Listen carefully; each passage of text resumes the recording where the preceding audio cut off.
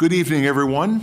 Welcome to the February 11th meeting of the Brighton Town Board, February 11th, 2026 meeting of the Brighton Town Board. I'm Bill Maley, Brighton Town Supervisor. Welcome, whether you're here in the audience or whether you're live streaming us tonight.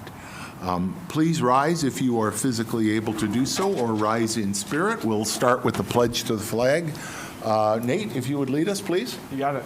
I Pledge allegiance to the flag of the United States of America and to the republic for which it stands, one nation, under God, indivisible, with liberty and justice for all.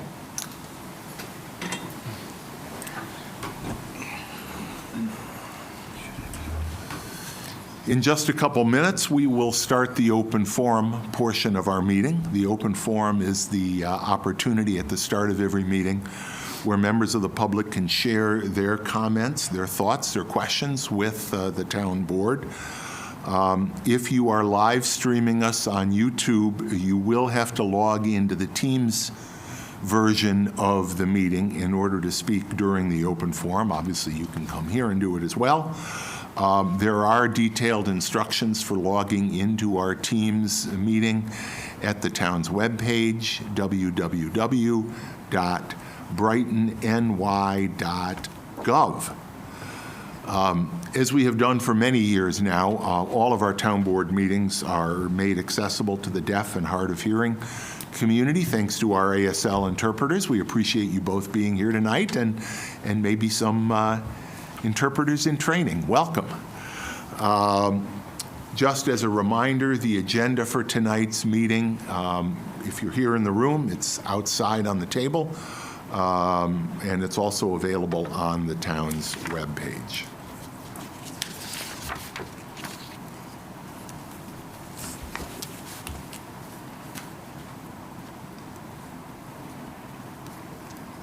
And Ajamu, I'll ask you to join me at the podium, please. And Miriam, why don't you come up and join us as well?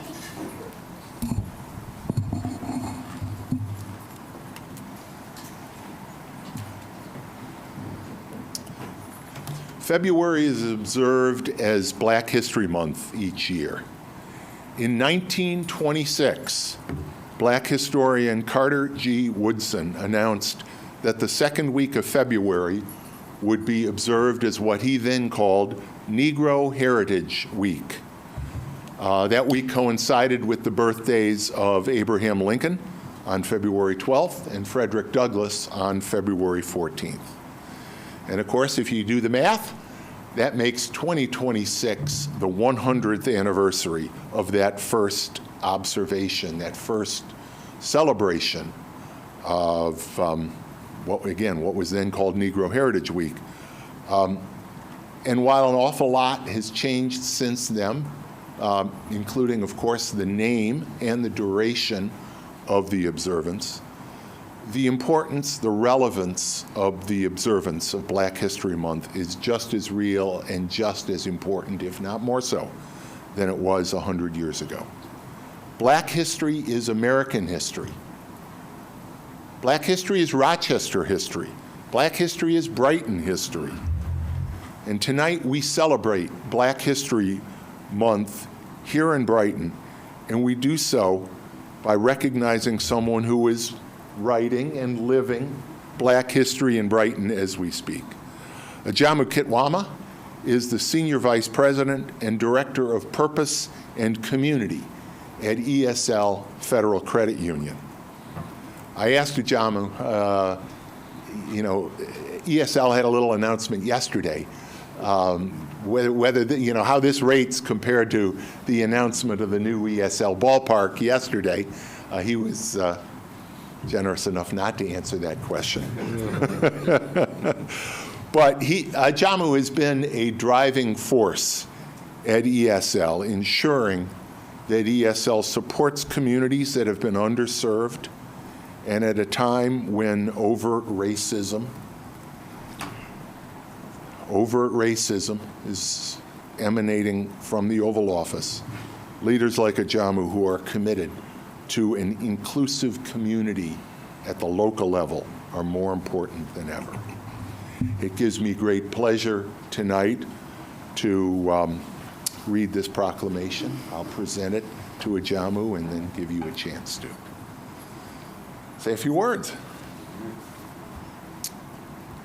Whereas, during the month of February, we commemorate Black History Month, with origins stretching back to Carter G. Woodson, who chartered the original week-long celebration in 1926. In the year 2026, the national theme highlights 100 years of commemorating Black history, in which we acknowledge the central role of Black Americans and their countless contributions both nationally and on a global scale. Whereas the Association for the Study of African American Life and History encourages us to explore the impact and meaning of Black history and life, commemorations in transforming the status of Black people in the modern world, it is important to remember the idea that Black voices and Black stories must be celebrated, centered, and remembered in American history and culture. Black history is about much more than chronicling a series of firsts.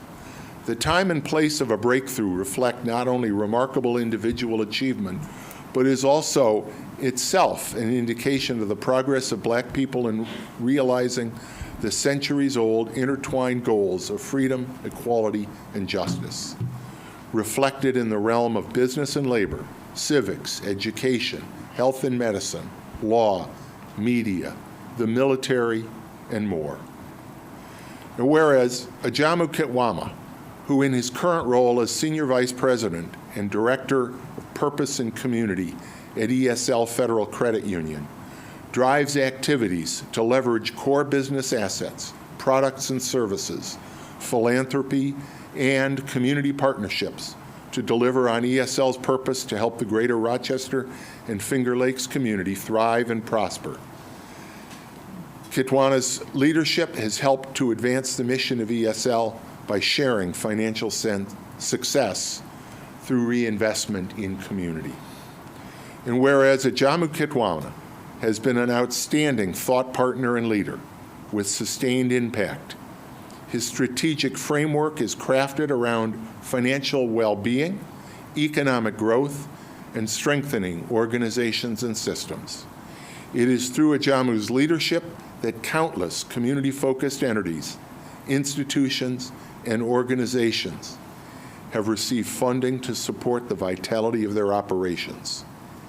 Now, therefore, be it proclaimed that I, William W. Maley, Brighton Town Supervisor, and on behalf of all the members of the Brighton Town Board, do hereby recognize the month of February 2026 as Black History Month in the town of Brighton, and as we celebrate 100 years of Black history commemorations in February, we urge all Brighton residents to reject racism and recognize that Black history is American history throughout the year. And this proclamation is signed this 11th day of February, 2026. Ajamu, thanks for being here tonight. It's a pleasure to present this to you on behalf of the town of Brighton. Thank you so much.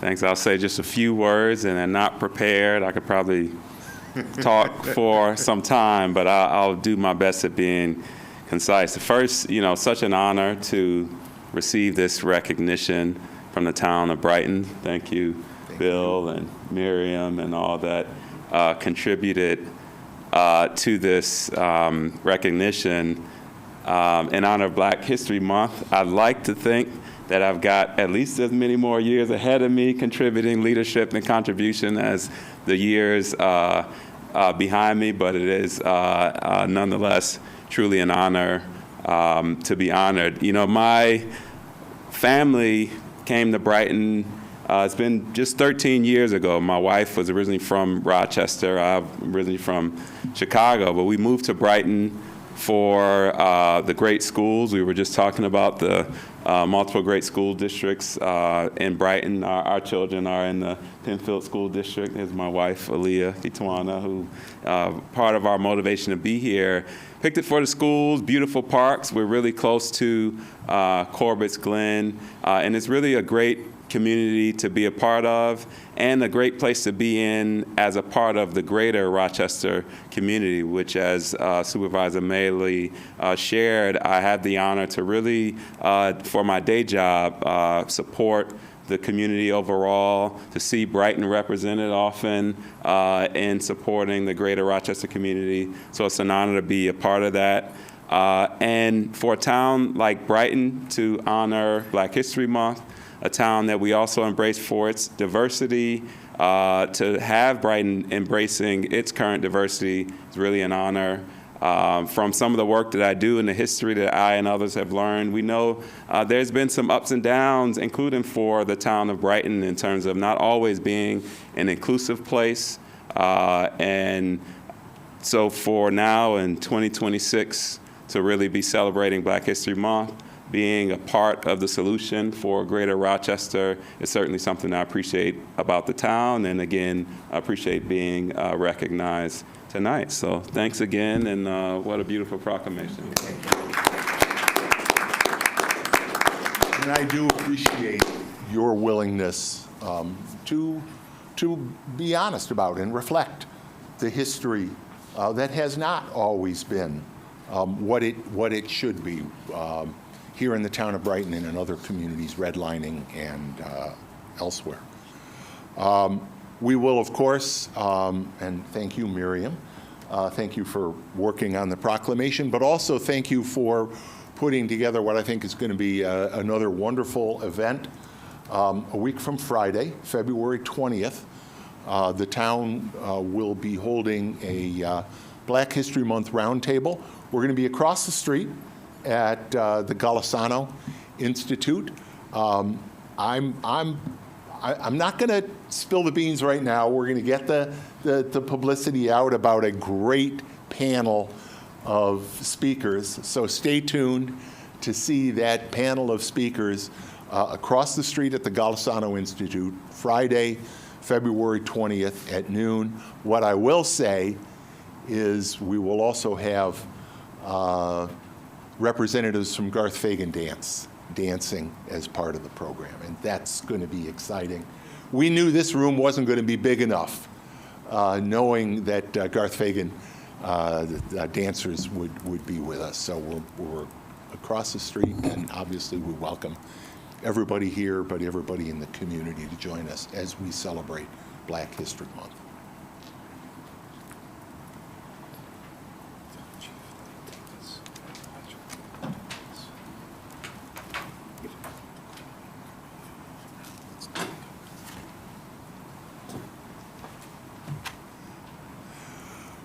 We will now begin our open forum, which we hold at the beginning of every town board meeting.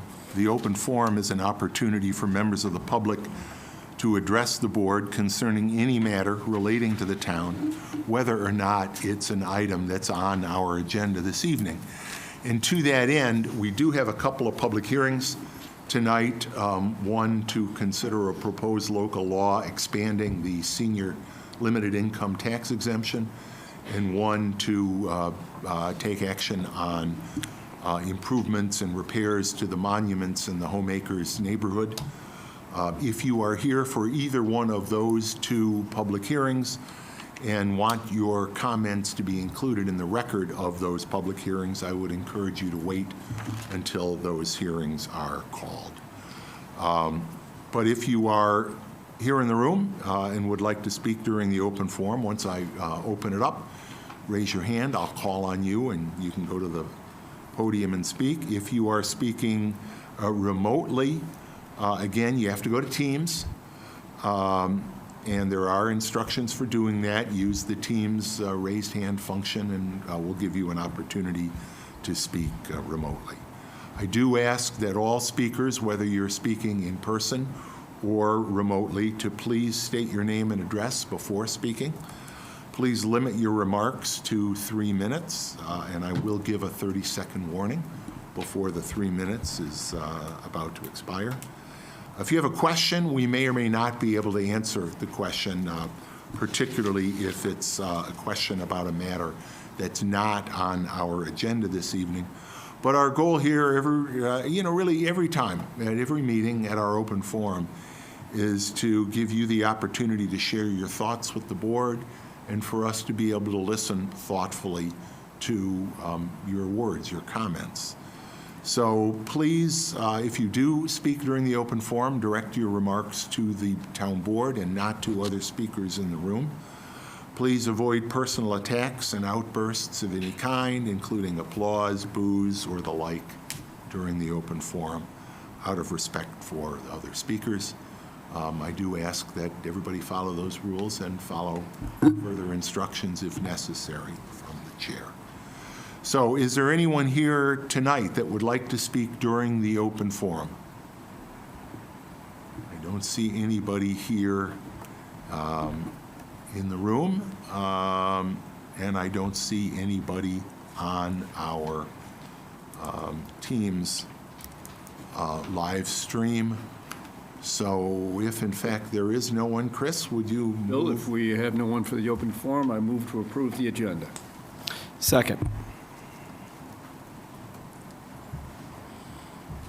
Thank you. Any discussion? I will just, well, I'll get to it when it really doesn't affect the agenda. Dan, please call the roll. Councilmember Werner? Aye. Councilmember Corrado? Aye. Councilmember Salzman? Aye. Councilmember Sanguinetti? Aye. How about Supervisor Maley? Oh, I guess I should probably go there too. I'm so focused on, I'm still getting used to the new seats, names, and Supervisor Maley. Aye. Okay. As I mentioned a moment ago, we do have two public hearings on the agenda tonight.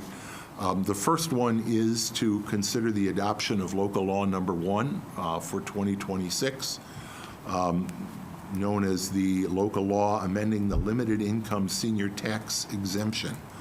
That will conform with some new state law provisions authorizing a more generous exemption level for people qualifying for the low-income senior exemption and raising the income that you can qualify, that you can earn and still qualify. Dan, has the necessary legal notice been given? Yes, Supervisor, published in the February 6th edition of the Daily Record. Thank you. Legal notice having been given, I declare this public hearing to be open. I'll just say, Dan, you just ended yesterday one of your busiest times of the year. And because so many people come in, you have really advocated for making sure folks coming in to pay their taxes or coming in for other reasons are aware of, that there are a number of exemptions that property owners may qualify for. And I appreciate the great work you've done in communicating that with the community. You brought this came from a clerk's meeting. You brought this opportunity to us, and although it won't kick in for the tax cycle we're currently in the middle of, this will be an opportunity to take action that will become effective going forward from here. So if you would, just say a few words about what this local law would do and why. Yeah, actually, thank you, Supervisor. Yeah, so this is a bill that Governor Hochul championed as part of her affordability agenda and signed in December into law. So this raises, currently the maximum exemption that seniors can get is 50% reduction on their on their assessed value. This raises that to 65%.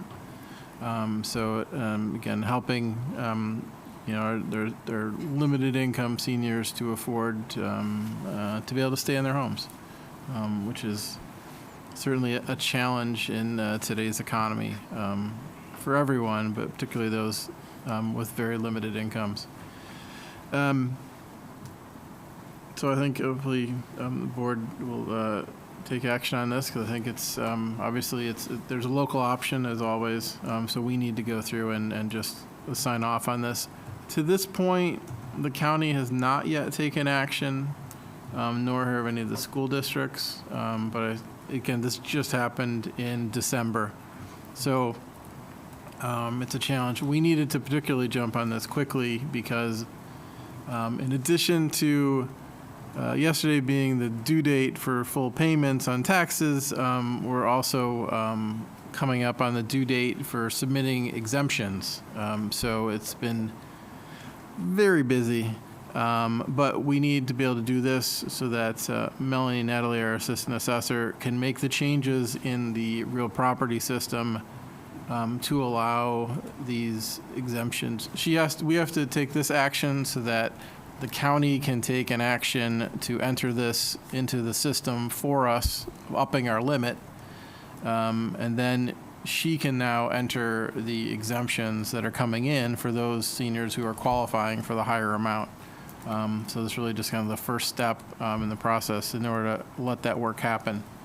Fortunately, this got signed so late. Unfortunately, she had already entered a very large number of exemptions into the system, so she's going to have to go back and redo the 100 and something applications, but certainly well worth the time spent to help out our seniors.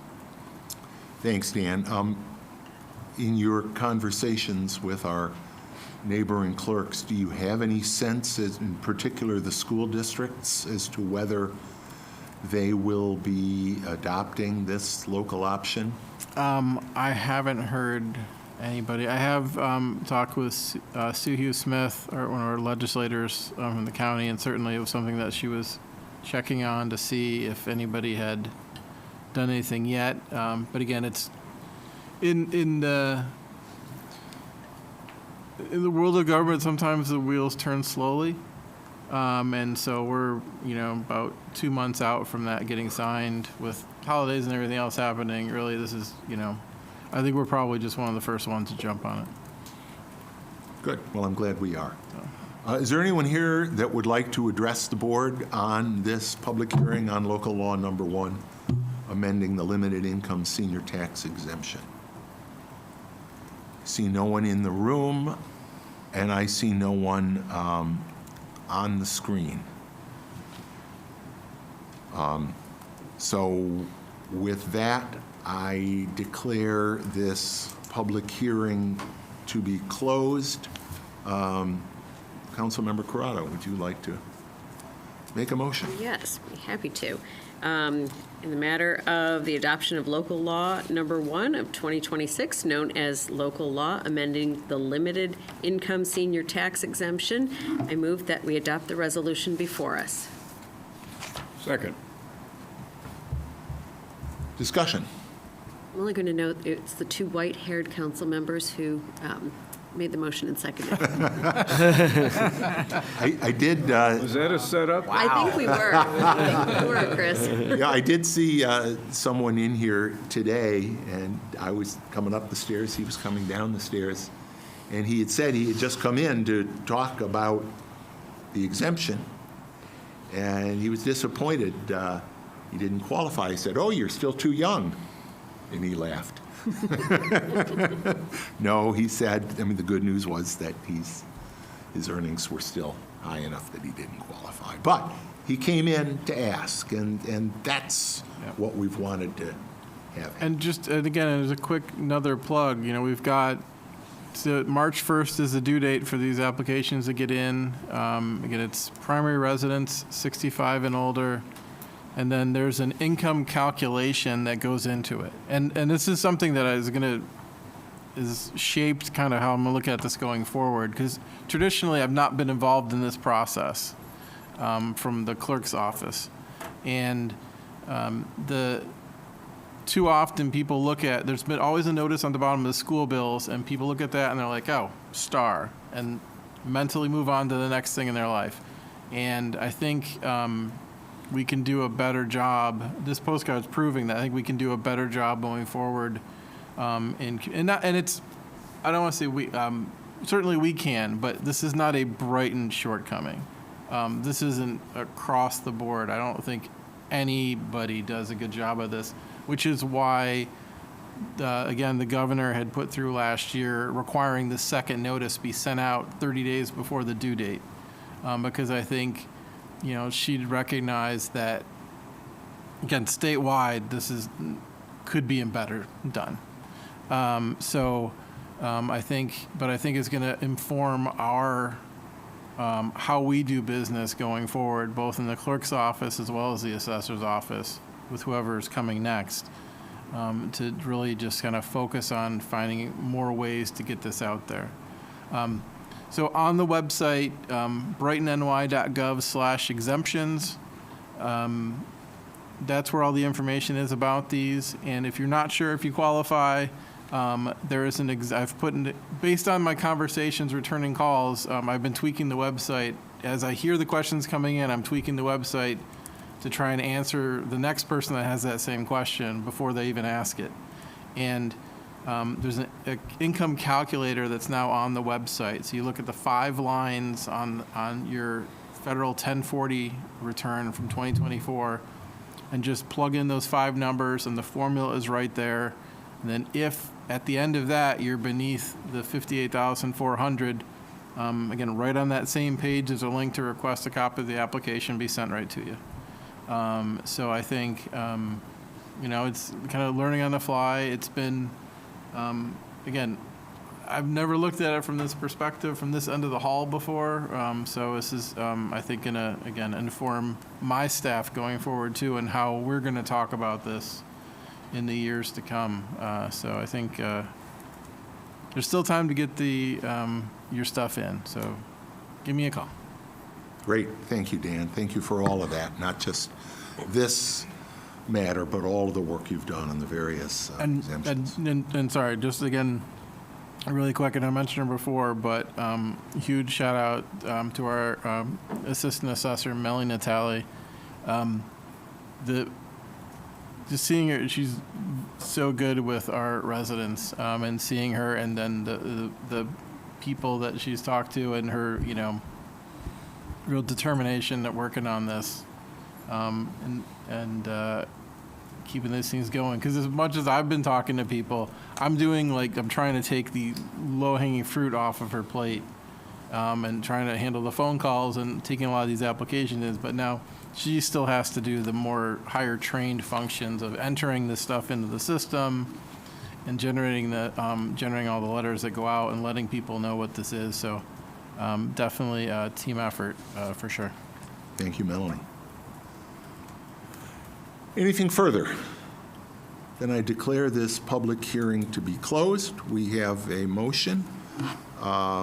If there's no further discussion, Dan, please call the roll.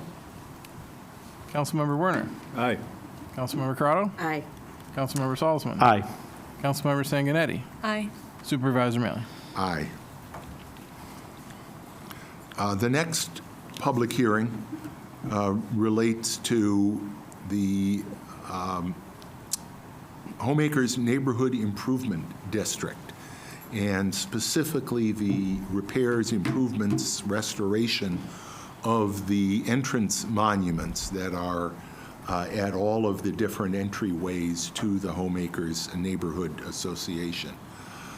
Dan, has the necessary legal notice been given in this matter? Yes, Supervisor, this notice was in the January 28th edition of the Daily Record. Thank you. Notice having been given, I declare this public hearing to be open. As I mentioned, these relate to the stone monuments at Eastland and Westland at Elmwood. Another couple of monuments that are a little bit farther down Elmwood from the intersections, as well as the intersection up at Southern and Highland and Monroe, and at Edgemere and Highland. We have what we've seen over time is their deterioration. We have a report that will be entered into the record from Bureau Architect making recommendations on the repair of those monuments. That was a study that the town board previously authorized. The study was completed by Bureau. It anticipates a cost of somewhat over 215,000, 215, I think it's 218,000 maybe, that they anticipate for the repairs. Because this is an improvement district under the town law, we have to actually take two actions tonight following this public hearing. First is a determination that the project is in the public interest under Section 202B of the town law, and the second will be the bond resolution itself, which authorizes the issuance of up to $250,000 in bonds. We've got some cushion in there on the estimated cost to make sure there's enough financing in place to cover it. So with that, the public hearing is open. Is there anyone here that would like to address? And before we do that, I am going to submit the Barrow Architecture report as part of the record of this public hearing. And I'll ask if there is anyone here that would like to address the board during the public hearing, and if so, raise your hand. I will recognize you and come on up to the podium. Come on up, Liz. Hi, everyone. I just want Would you state your name and address, please? Oh, my name's Liz Porta. I live at 62 Westland Avenue. I am one of the Homemakers Neighborhood Association presidents. These walls and monuments have been crumbling for some time. We've been working as a neighborhood to get the easements that we needed, to have the report done, to figure out how we were going to have that bond taken care of, and trying to figure out things within the neighborhood for the gardens. And we are really looking forward to making sure they're maintained in the proper way with the historical whatever needs to happen, so that chunks aren't falling out, so that the grout material, whatever that is the actual proper material to keep those walls in place, to have the neighborhood have those beautiful monuments at the entrances, to keep that historical entrance from both sides. So our neighbors are looking forward to having those walls repaired, looking forward to maintaining them in the proper way. So we are looking forward to this moving forward as we've been working and talking for this for a while. So we're eager to see that work begin. Thanks, Liz. Or get bid and go for it. Thank you. Is there anyone else that would like to address the town board on this public hearing? No need, but of course you're welcome to. I see no one on the screen that is interested. We have submitted the Barrow report, which will be included in the record. Is there anyone else that would like to address the town board during this public hearing?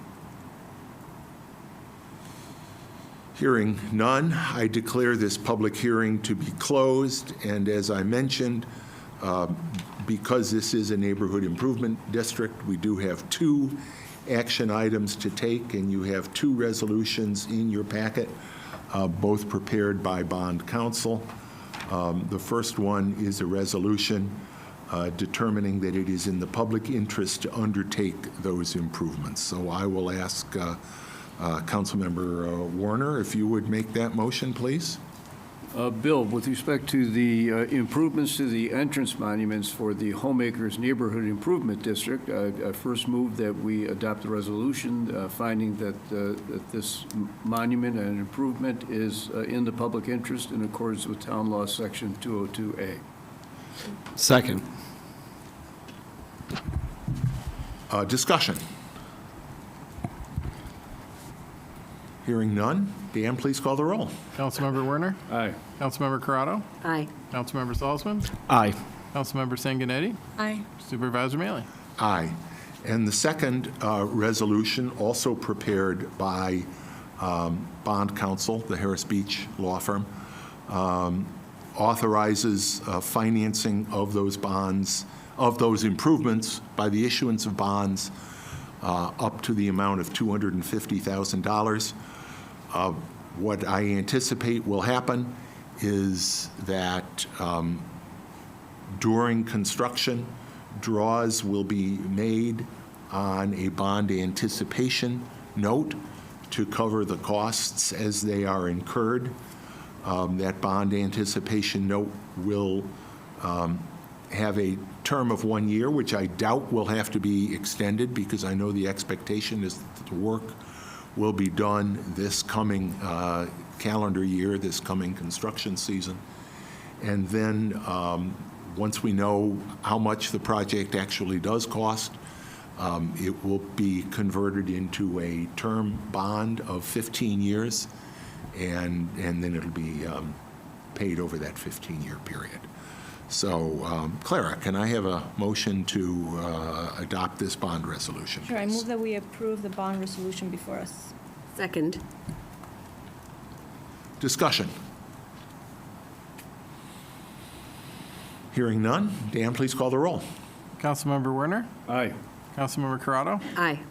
Councilmember Salzman? Aye. Councilmember Sanguinetti? Aye. Supervisor Mailer? Aye. Liz, Jen, thank you very much, both of you, for coming in and expressing your support for the project. You're welcome to stay, but don't feel you need to. Next, communication. Nate, can I have a motion to receive and file the communications? Yes, Bill, I move that we receive and file the communication. Second. We have two items of communication tonight. One, you will see, is a letter from Jewish Family Services to Captain Jose Caraballo, thanking really the police department for donating 46.5 pounds of food to the Brighton Food Cupboard that is operated by JFS Rochester. It's a letter from Deb Rosen, President and CEO of JFS. And the other item of communication is an email from Marty D'Ambrose. Marty is the village administrator of the town village. Interestingly enough, one of the very few in the state of East Rochester. It is legally both a town and a village. Marty is the vice chair and heads up the wellness programming of the board of directors of the Finger Lakes Municipal Health Insurance Trust. That is a municipal consortium of municipalities and other governmental agencies, mostly from Monroe and Ontario County, that procures, goes out to bid, identifies insurance carriers, and serves as really an aggregator under which we are able to provide health insurance for our employees at a cost that has over the years been significantly less than what the private market would require. Just as an example, I mean, this past year was really tough. The increase was about 14% from FLIM-HIT, as we call it, but the market rates of increase were generally over 20%. So as challenging as that 14% increase was as we did our budget, it was a much better deal than the private market. And one of the reasons we have done well is that our health and wellness experience of the member government agencies has been good. Part of that is because of the emphasis on wellness through the consortium. And this email, which was sent last Friday, February 6th, congratulated Shanna Higgins, our own, who is the town's wellness lead for the FLIM-HIT program. And she was named as Wellness Lead of the Month. So congratulations, Shanna. She knows we're doing this tonight, and maybe she's watching us. But in any event, we appreciate the work you do and all of the FLIM-HIT team because it does save our taxpayers money. So we have a motion to receive and file those 2 items of communication. Any further discussion? Hearing none, Dan, please call the roll. Councilmember Werner? Aye. Councilmember Corrado? Aye. Councilmember Salzman? Aye. Councilmember Sanguinetti? Aye. Supervisor Mealy? Aye. Committee reports. We'll start with the Community Services Committee. Short and sweet, Community Services will meet next week, Thursday, not Wednesday, but Thursday, February 19th at 10 a.m. Over at the Brighton Recreation Center. Thank you. Finance and Administrative Services. Clara. Yes, let's see, we met last Wednesday, February 4th. Of note, certain, of 3 items. We discussed the purchase of a new ambulance. We also discussed the request to approve an order to prohibit use of town resources to support civil immigration enforcement by agencies like ICE or Border Patrol, which we'll be discussing later in the meeting. And we also discussed a potential intermunicipal agreement with the town of Henrietta in order for our town to be able to be compliant with new requirements under the New York State Companion Animal Care Standards Act. Our next meeting, and please note that it's a different day, it's Thursday, February 19th, 2026 at 8:30 a.m. Thank you, Clara. Public Safety. Nate. Public Safety last met on February 11th. That was yesterday. We discussed traffic safety crossing Westfall Road, especially 10th. What's today? You're right. Today's the 11th. We met on the 10th. You're right. We discussed traffic safety, especially crossing Westfall Road during services at the Islamic Center. We discussed the possibility of exploring an RRFB with the county and some other options as well. So hopefully that's more to come on that conversation. Just like at Finance and Administrative Services, we discussed ICE in Brighton and our communication and with the residents around some of these very concerning interactions. And I know, again, the supervisor will talk more about that later in this meeting. We did a discussion around the book drop-off that will continue next month. We had a discussion around traffic safety on Chelmsford Road. We've been in communication with residents, just talking about sidewalks, speed humps, which is an ongoing conversation with those residents. Our next meeting will be on March 10th at 0800 hours. Thank you. It takes some getting used to, doesn't it? I only do this for Chris.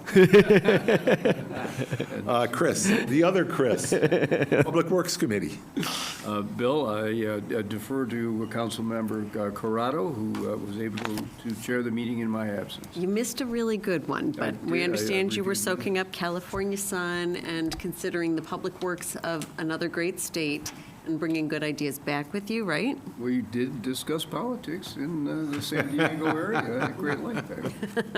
I can imagine. Well, we had a very productive meeting yesterday. A resident from East Brighton came to our open forum and requested the town take a look at some sidewalk gaps on Penfield Road and Clover Street.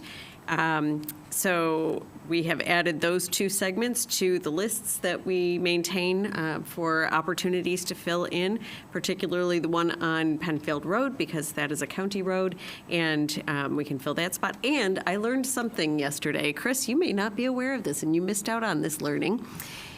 Clover Street is half Monroe County and half State of New York maintained. And so the segments of Clover Street, where we have recently installed a terrific crosswalk with our RFBs, is under the county's administration. And it's the segment where we're going to be looking at adding another sidewalk segment. So who knew? I thought we had to go all the way to the state for that. Yeah, most of Clover Street in Brighton is a county road, only that little part south of Monroe Avenue. Yep. So learn something new all the time, even if we have silver hair. Another resident, Mary Lyons, keeping with the theme of safety on our streets, she came to request a crosswalk on a town road, French Road, near we identified 2 locations where it would be valuable to have crosswalks. One near the bus drop-off, closest to Greystone Apartments, and then another basically in front of French Road, connecting to the townhouses across the street.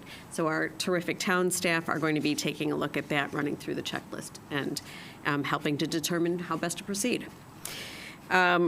We kept with the theme of roadways, and we had a presentation from the county DOT. Very exciting news for folks in the neighborhoods off of Elmwood, from 12 Corners out to, how far are we going on this? On Clover, more Clover Road. The county DOT has presented us with preliminary plans. They include bike lanes through much of the corridor and other enhanced pedestrian safety elements. So, and that work will be commencing soon, and we will be addressing some of the signage that's required for that plan later tonight. So, let's see. Other highlights, waste management. We still talk a little trash about waste management, but there was some further discussion today, and I am hopeful that the issues that continue to come up are closer to resolution. I think we all hope that. Okay. Yeah. If you But want to we add did have- anything. Yeah, we did meet Leslie, who's here in the room, Chad, and Glenn and I all met with a team from Waste Management led by our primary representative there. And I think we, look, I mean, you can't sugarcoat it. There have been some real problems with their performance. We ran through the number of identified misses where they failed to pick up refuse, or more frequently, it seems, recycling. During the month of January, we discussed what might be the problem and how they might be able to fix it. But, you know, you certainly, last renewal cycle, and Nate, you last renewal cycle, you know, gave some pretty direct feelings about where they would be at if their performance didn't meet our expectations. So we continue to communicate that to them, and we will, we're monitoring the information, and I am hopeful. They discussed some personnel issues, some of the reasons that there may be challenges, particularly at the start of the year, relating to some of their own personnel issues. But the bottom line is they got to do better. And we're looking at a horizon of May. Right. To Oh, yeah. determine whether or not we continue with That's this when we would contract look or at consider other a options. possible decision whether to renew, yes. Yep. When is the contract due? Well, it's a calendar year, but if we're going to not renew it, it's important that we make that decision early enough in the year so that we can put out an RFP, so that the board can decide what the terms of the RFP, the request for proposals, would be. Get their proposals back, have the board make a decision as to who among any bidders that bid on the work, and then particularly if the bidder that it was awarded to is not Waste Management, there will be a lot of logistical work in Waste Management picking up toters and a new vendor dropping off toters and getting their personnel, getting their necessary drivers and equipment and everything else in place. Yeah. So the sense was, and it's very early in the renewal year, and we've made that point clear to them all along, but that May would be the timeline for making a decision either to renew or to go back out to bid. If we end up doing an RFP, would those proposals we received, would they be made public? Of course, just like the last ones were. Yep. Yep. And so would the discussion on, as was the case in the last one, what the terms were. We discussed we had a couple of different options in terms of frequency of pickup, particularly of recycling, with different price points. And we had a very robust discussion as to what alternatives we would ultimately go with. And we're not bound by that. We could go in a different direction this time around. Did that robust discussion include citizen input? Every town board meeting is open to the public. So we yes. had public, I don't remember whether we had people in the room as we were discussing it. We discussed it in Public Works Committee, we discussed it in the Finance Committee, and we discussed it here in the town board. okay. So 3 more highlights from yesterday's meeting. The New York State DOT's project on Monroe Avenue. We did a little follow-up after the State DOT's open house here on January 20th. State DOT presented the plans as they are at this point in their design. Community members had the opportunity to give feedback on those. The town also presented the feedback that we had provided to the state DOT and the design that came back, and we gave residents an opportunity to weigh in. Do they like what the DOT has designed, or would they like what we have requested the DOT to modify? So we will be compiling that feedback and getting it back to the state. So we're still in that massaging out the final details stage. And DOT is also compiling the feedback they collected, so we'll have a meeting of the minds again soon. The other 2 highlights from yesterday's meeting. Town Hall renovation update. I'm going to let the commissioner give us the quick update. Since he wrote this here, I'll let you. The town hall's moving along well. We're coming to the final stages of the work. They're doing some of the final framing and drywalling of the area with the rough plumbing and electrical. In the coming weeks, they'll be starting to do the finish work within the building. Portions of the building, they're already putting the first coats of paint on. As discussed in last month, the geothermal system is up and running or is operational. And we got it to the point where we're able to submit an invoice for the first NYSERDA grant. So we're able to invoice for 25% of the $175,000 grant for the geothermal system. Once we pay the vendor that did the HVAC work, we can then go and invoice NYSERDA for the remainder of that. So in the coming weeks, we should be at a point where we'll be able to get that $175,000 grant money from NYSERDA. For that. We're continuing to do work on the front with the ramps. Once the weather warms up a little bit, more work will continue on the ramps, but I did update the town website with some additional photos, so anybody that's interested can go on the website and see some of the most updated photos for the project, and we're continuing to look at the site plan for the parking and circulation around the building. Great, thank you. And thank you for staying on top of all of the grant fund cycle of paying out and getting reimbursed so that we are made whole for the work that they promised to cover. Last highlight is also grant-related. The New York State DOT Transportation Alternatives Program, or TAP grant, town staff are preparing that application right now to seek funding for a portion of the Multiversity Trail between Jefferson Road and East River Road. Actually, technically between Brighton Henrietta Town Line Road Oh, that little. and East River That's Road. right, where- Because the stretch along Town Line is on the sidewalk. Right, So yep. So if you go over to that funky little corner there, that's it where. is a funky little. It is, it is.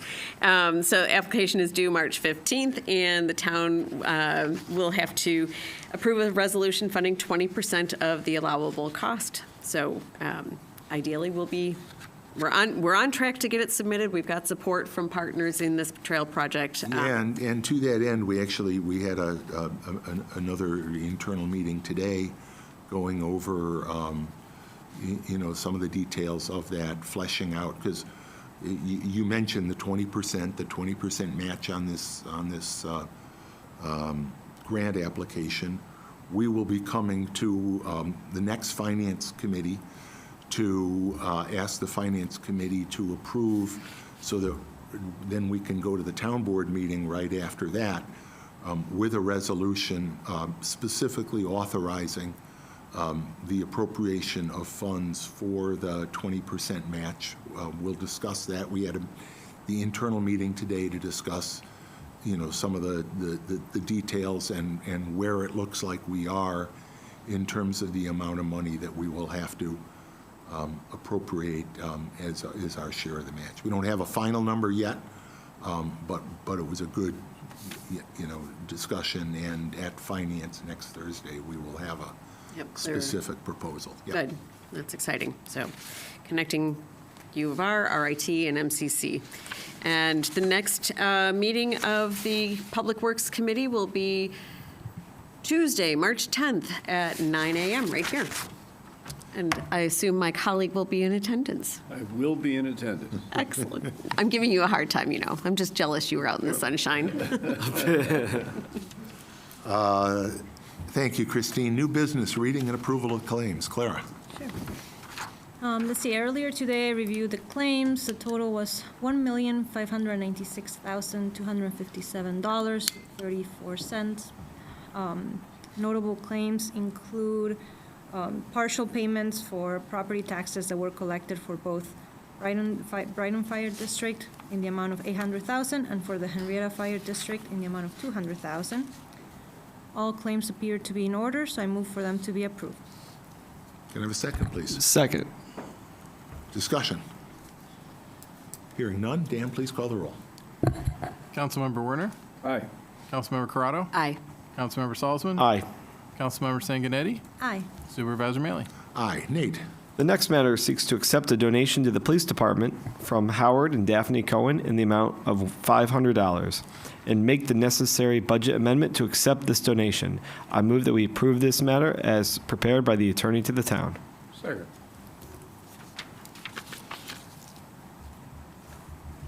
Thank you to the Cohens. They have been generous donors to us over the years, and we appreciate it. Any further discussion? Hearing none. Dan, please call the roll. Sorry, who made the second on that? Chris. Chris did. All right, apologies. Thank you. Councilmember Werner? Aye. Councilmember Corrado? Aye. Councilmember Salzman? Aye. Councilmember Sanguinetti? Aye. Supervisor Mealy? Aye. Why don't you do the next one too, Nate? Yes, you got it. Let me slide back over. The next matter seeks to authorize the supervisor, now I have two pens, to sign an agreement with Northeastern Rescue Vehicles for one Crestline Type 3 Mod Style 2026 Chevrolet. That's the best kind of car, by the way. G3500 chassis ambulance at a state bid amount of $168,650, as discussed during the December 17th, 2025 FASC meeting. I move that we approve this motion as prepared by the attorney to the town. Can I have a second? Second. Yes, we did. They've discussed with us before the various types of ambulance vehicles that they use. They have a mix of a couple of different kinds of vehicles, and this mod-style chassis is the one that needs to be replaced now. So that's what they're doing. They have 5 vehicles. We have, for quite some time, had an 18-month cycle where we replace one of those 5 vehicles every 18 months. So we're right on schedule for doing that. We have a motion. It's been seconded. Further discussion? Bill, as discussed with the ambulance corps, Dennis Mites, we're going back to an older style ambulance in this case because of the demand for bariatric and ventilator transports Yeah. because of our location here within the county, which is an extraordinary service that we provide with our ambulance corps. But so this one would be a little different than the Sprinter vans that have been used otherwise, but at a significantly greater cost as well. Yeah, that's something we're going to have to discuss,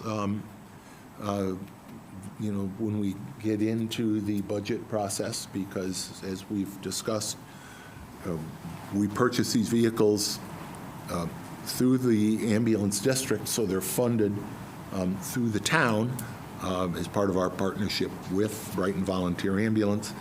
This vehicle is somewhat more expensive than the $90,000 a year that we have been in the last cycle or two,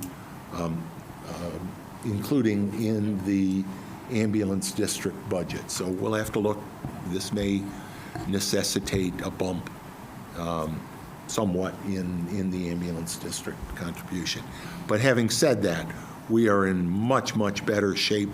We have a very robust, very professional ambulance service, and the financial impact to us is well worth the tremendous benefits we get from BVA.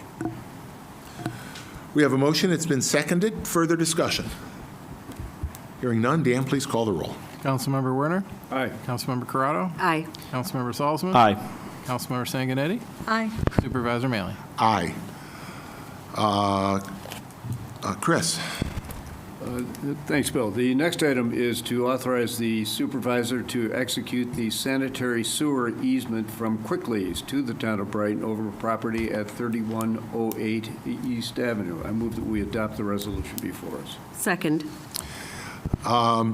This is a second planned Quickleys at the corner of East Avenue, where Allen's Creek and Elmwood come through there at the former gas station. That gas station was many years ago designated as a town landmark by the Historic Preservation Commission. So they're involved in the review of the property. But this easement will, is part of the necessary sanitary sewer work that would go into it. Chris, you made the motion. Christine, you seconded it. Any further discussion? Bill, I'm continued to be impressed by Quickly's approach to furthering their own business interests, but at the same time recognizing their impact on the town with these, particularly in this case, an architecturally significant property and maintaining that look and bringing back what was slowly becoming an eyesore. Yeah, there's no question. It is a historic property, but when it's not used, and that gas station hasn't been open for, 20 years or 20 so years. now. Yeah. When I lived on South Landing Road, that's where I walked to fill up my lawnmower gas tank.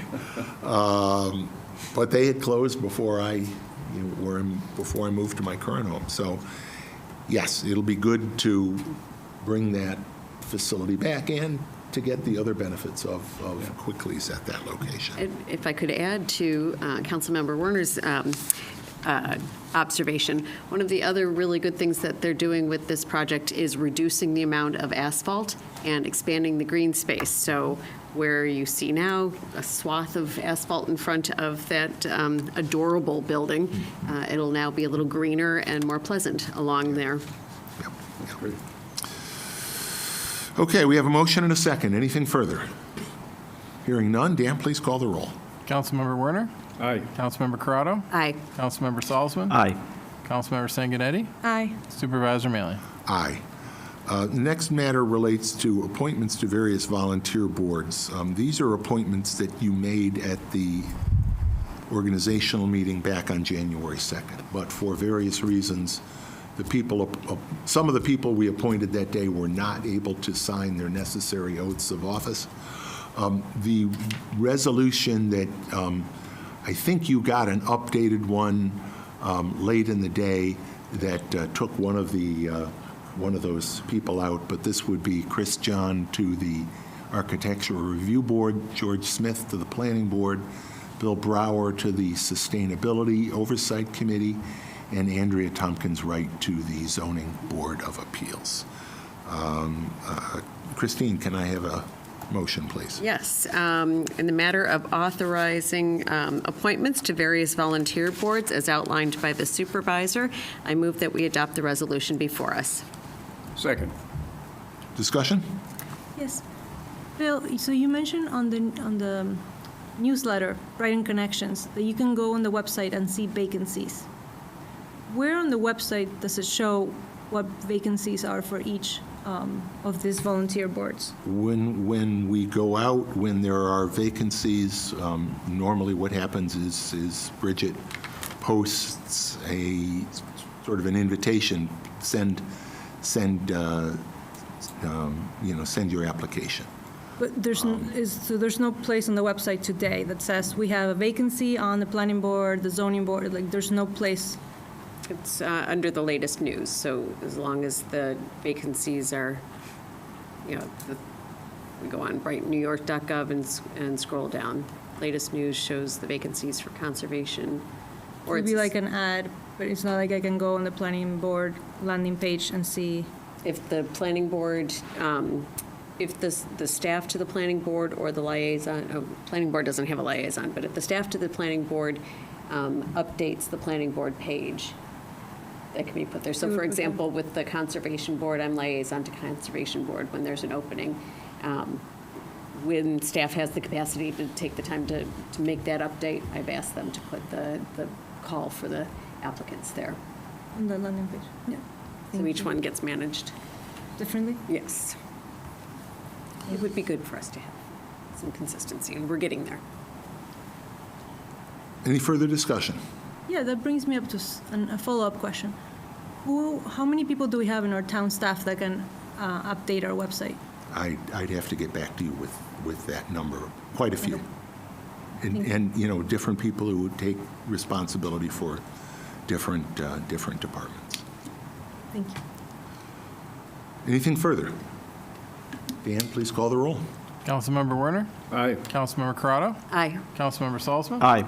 Councilmember Sanguinetti? Aye. Supervisor Mealy? Aye. The last matter, Chris, Bill, the last matter is to authorize the the establishment. last matter of new business. The establishment of traffic control signals for Elmwood Avenue. I move that we adopt the resolution before us. Second. So Christine alluded to this project during her presentation on the Public Works Committee. Monroe County DOT plans on doing they refer to it as a resurfacing, which is basically what it is. They will be what they would call a mill and fill of Elmwood Avenue from the 12 Corners down to Clover Street. A mill and fill is it's not just laying a top coat on it. They will, I jokingly call it an asphalt Zamboni.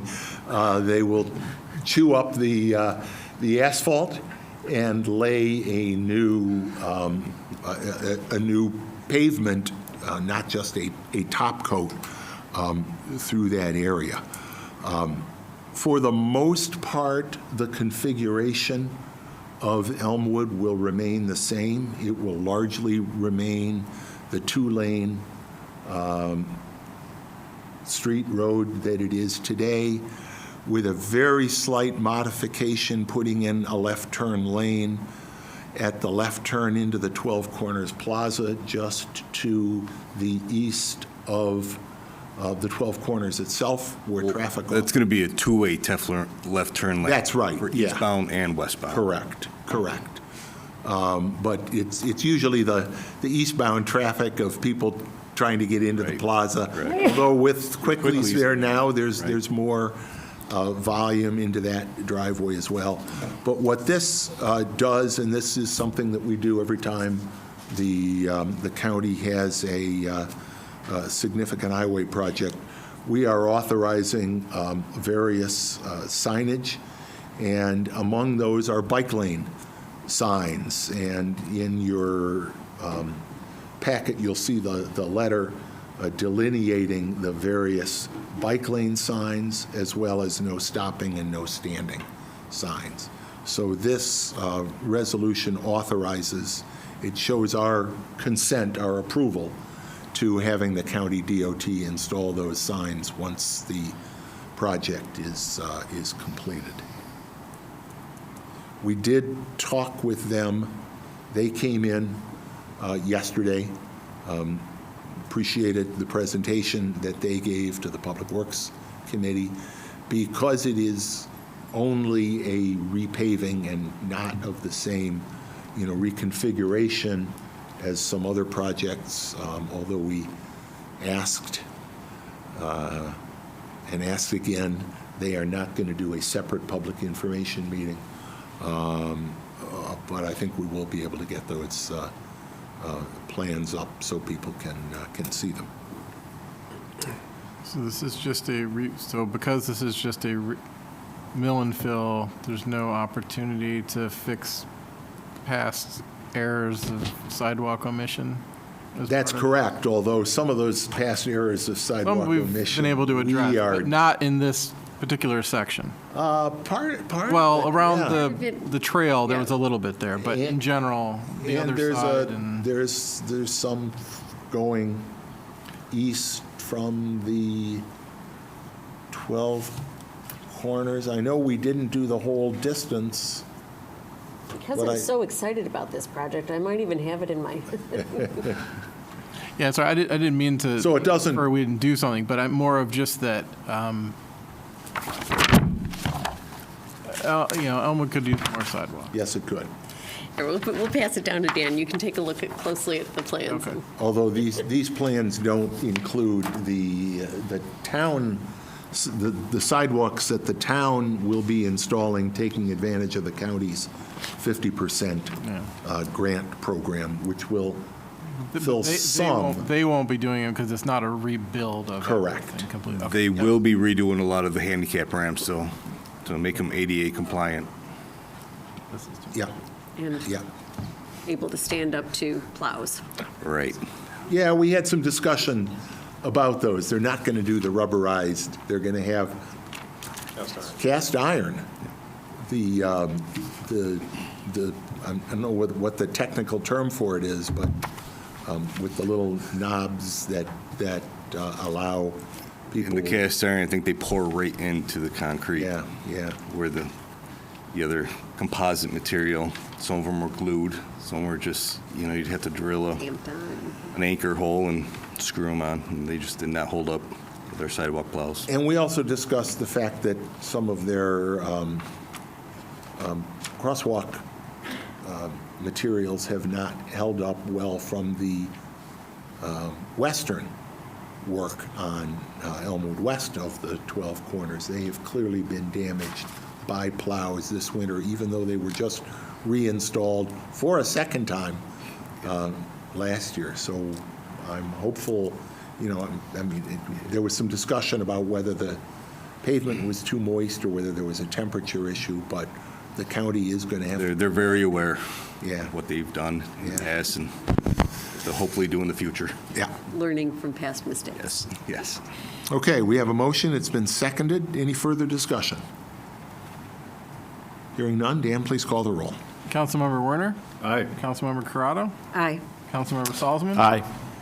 Councilmember Sanguinetti? Aye. Supervisor Maley? Aye.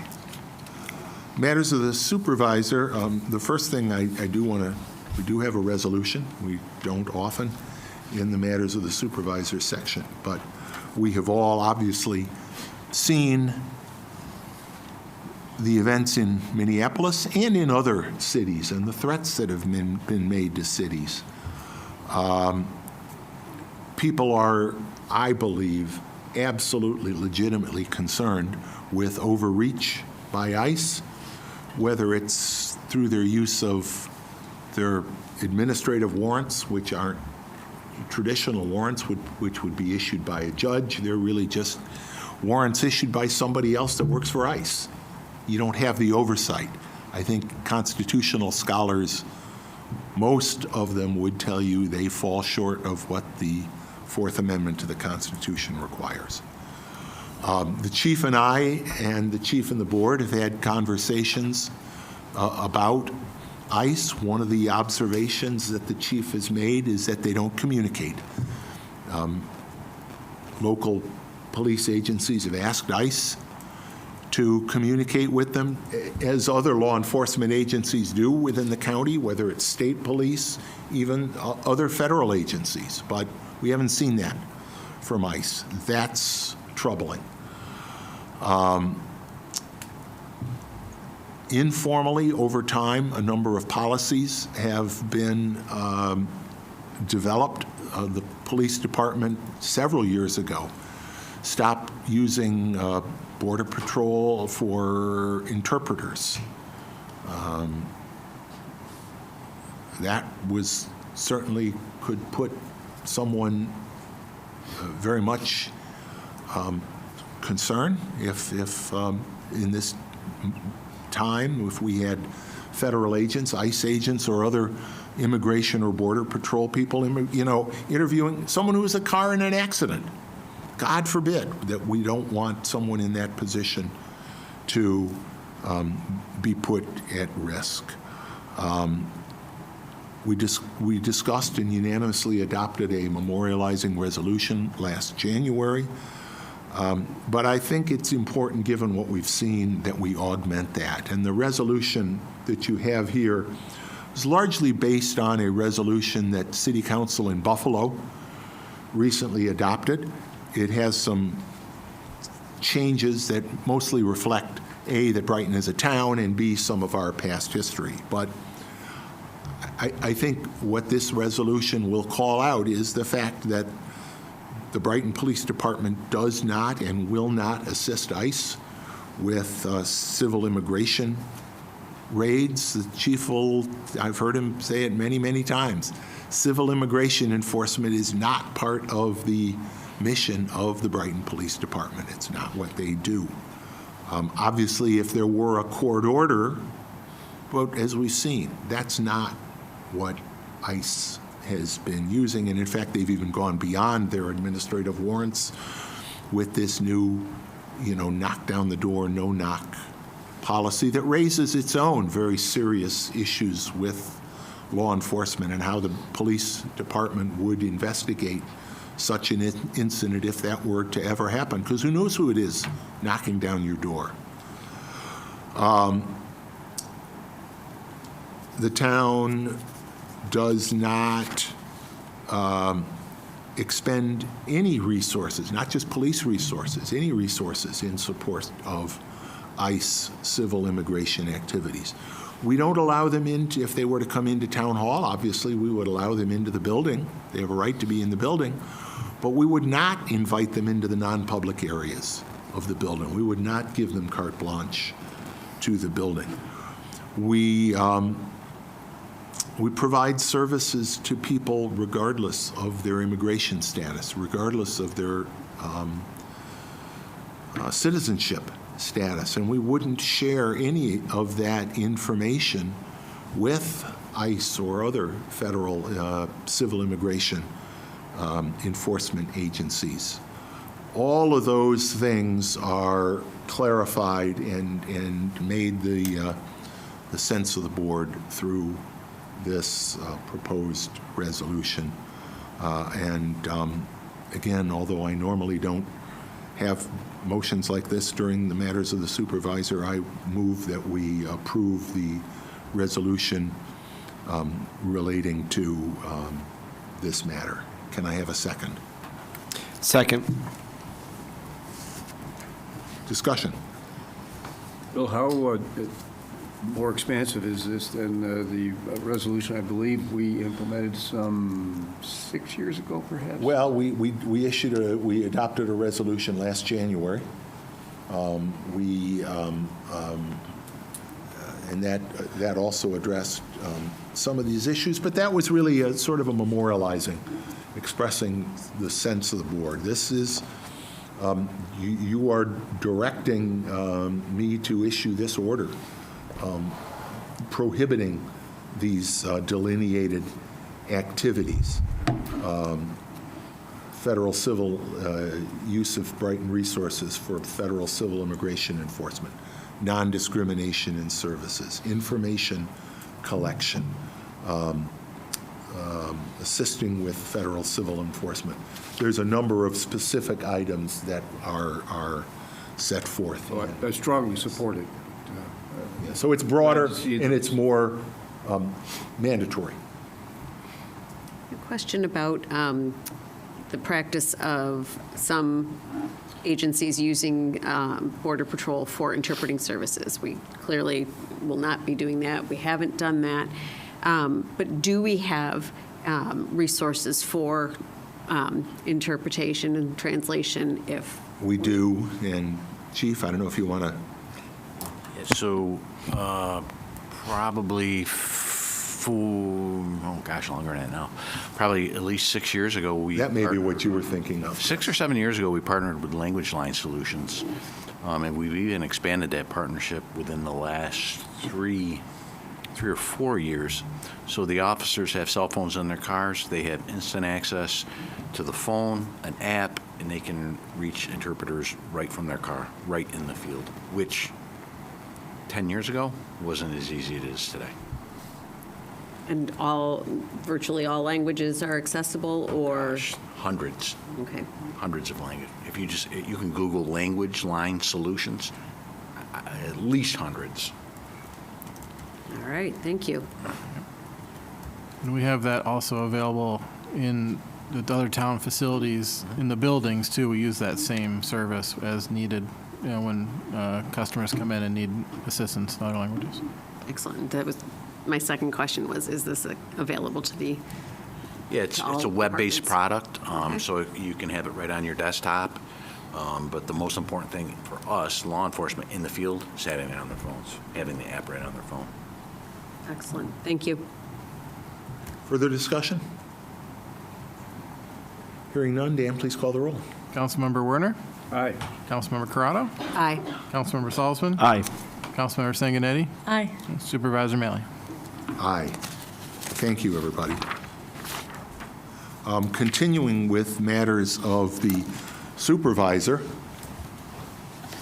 just want to show everybody, the night, actually after our last town board meeting on January 29th, the town of Brighton, along with Ravi Engineering and CP Ward, Inc., received recognition from the Genesee Valley branch of the American Public Works Association at their annual awards dinner. We received that award honoring the French Road Bridge Rehabilitation Project as the structural project of the year, costing less than $5 million, costing a lot less than $5 million. Ravi Engineering was the engineering firm that did the design work. CP Ward was the general contractor on the project. That project, we've been talking about grants a lot tonight, that project was also funded by a state grant through the Bridge New York state grant program. So it was no cost to Brighton taxpayers per se, obviously state, it comes out of the state budget. But the cost of the project was a little less than $1 million, all of which was paid for through the project, through the grant. And maybe just as importantly, you always like to hear below budget and on time. This was completed before schedule. And we put them on a very tight schedule because French Road, of course, is a major conduit to French Road Elementary School. And it was very important that the project be completed before school started in September. It was completed a couple of weeks before. And although it was challenging, that you've got that curve there, it comes right off of Winton Road. And so it was down to one lane at different stages in one direction and then the other. And that's hard. That's always hard for people when you close a bridge down in one direction. And we had some Challenging incidents, although I don't know that we had any, really serious MVA motor vehicle accident type incidents. So, but it was done before school started, and obviously the Public Works Association thought it was a great project. So thank you for that recognition. Thank you to everybody who was a part of that project. We appreciate that. And then just last night, the town board and the conservation board held a joint meeting. The conservation board invited the town board to join them for a discussion about the tree canopy. And I thought it was a great discussion. Kyle Sears, who's our town arborist, was also there, and Kyle is just a font of information about not just trees in general, but our own tree program. And we discussed our tree law, how it is by far the most rigorous tree law in the county dealing with town-owned trees. And we've had to enforce on a few occasions violations of the tree law. But more, the discussion was really about how we can continue to maintain and even expand our tree canopy.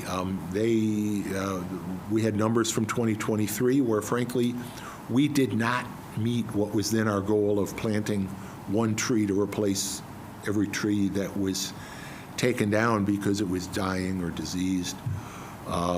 So we took an initial tree proposal for next year, and we are committing to authorize a 50% expansion, which would go from 74 new trees planted, town trees, to 111 town trees. Last year, we had to remove about, I think, 72. We planted one or two more, maybe three more than we actually had to remove last year. But this should allow us to significantly exceed the number removed, and that, of course, will help maintain our tree canopy. We talked about how we can get homeowners who may not know that sometimes we can't plant a tree in the same place that one was removed, and there are people out there that would like to have a tree in their right-of-way. And we talked about how we can get that word out and get that on our website, an opportunity to say, hey, I'd like a tree if there's something available. So it was I thought it was a really good conversation, very valuable and important discussion as we continue to try, I think largely successfully, to implement the climate-related goals of our Envision 2028 comprehensive plan. And that's all I have. Matters of the town attorney. Thank you, Supervisor. Nothing to report tonight. I would like to request an executive session for 3 litigation matters, Matchett and Blevins versus Town of Brighton, and Clare versus Town of Brighton. Matters of the town clerk. Nothing per se this evening, but just want to follow up on part of Christine's report earlier. DOT is purporting to still be accepting input on the Monroe Avenue program. That email address is r04-design@dot.ny.gov. And hopefully it's better than the 2 options I was told they gave at the presentation they gave here of a green sticker expressing support of their ideas or a red sticker expressing support of their ideas. So hopefully they're maybe there's still time to get some input in there too. Yeah, and Reconnect Rochester has also been a conduit for input, which we have gotten hundreds of emails.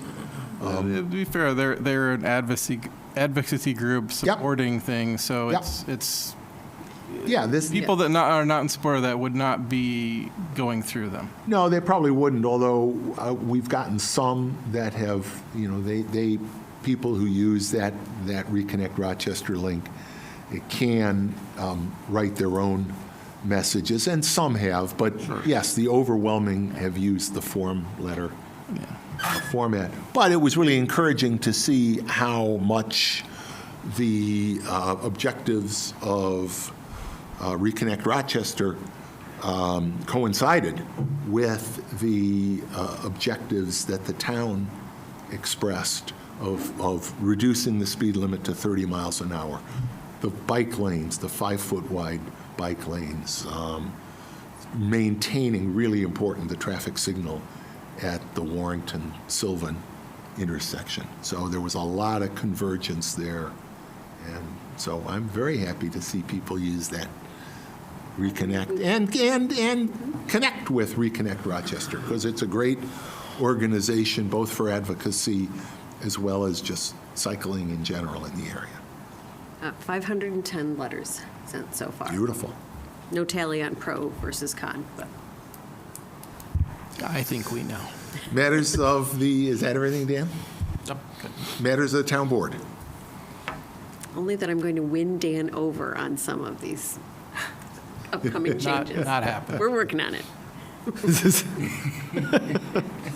Dan, I was very pleased. Dan stayed, was at the tree meeting at the Conservation Board last night. No, it was a very interesting conversation. It really was. I think Karen, the Karen other Berger. thing that stood out too was the something I hadn't heard about before, but the idea of the tree equity and the neighborhoods we're targeting. I think I know like Karen made a note. My one comment of that, there's a lot of neighborhoods that don't have sidewalks, whereas that sure it's in the right of still be in the right of way, but then at least there'd be some opportunities from some larger trees that aren't limited by the being hemmed in by the sidewalk or the Right. curb.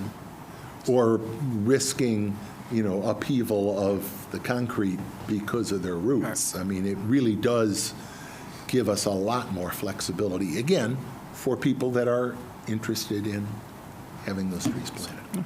Put one right at my house. Well, I didn't want to mention that last night, but obviously a couple of members of that neighborhood that could very well That's right. benefit from Yeah, that. yeah, no, that's right. Yeah, because at least one neighbor in that neighborhood gave up waiting for a town tree and donated a tree to the town in front of her house. And there is, and sometimes people may think, I can't plant a tree in the right-of-way. That's actually not true. We ask, we require that they go through the highway department, just like for any improvement or any work being done in the highway right-of-way. But with that caveat, and with some caveats about the types of trees that are appropriate in the right-of-way, Yeah, there's a People can. permitting process. Yeah. Welcome to come fill one out and we'll review. yeah. And it is not painful at all. No, it's not. Any other matters of the board? Then can I have a motion to go into executive session to discuss the litigation matters that our attorney to the town previously mentioned? I move that we go into executive session to discuss those matters of litigation. Can I have a second? Second. Deanne, please call the roll. Councilmember Werner? Aye. Councilmember Corrado? Aye. Councilmember Salzman? Aye. Councilmember Sanguinetti? Aye. Supervisor Mealy? Aye. I do not anticipate that we'll be coming back out into open session. Thank you again to our ASL interpreters. We appreciate you being here week after, or at least month after month, biweekly after biweekly. It's an important service you provide. The next meeting of the town board will be Wednesday, February 25th, here in this room at 7 p.m. But again, I want to make a reminder, the 20th, a week from Friday, across the street at the Golisano Center for our Black History Month roundtable discussion. It is going to be good. I'm really excited about the lineup for this event. With that, I don't think, did we vote on the motion to go? We didn't, I didn't think so. Dan, please call the roll on the motion to go in executive. Councilmember Werner. Aye. Councilmember Corrado. Aye. Councilmember Salzman. Aye. Councilmember Sanguinetti. Aye. Supervisor Mealy. Aye. Have a great night, everybody. Thank you.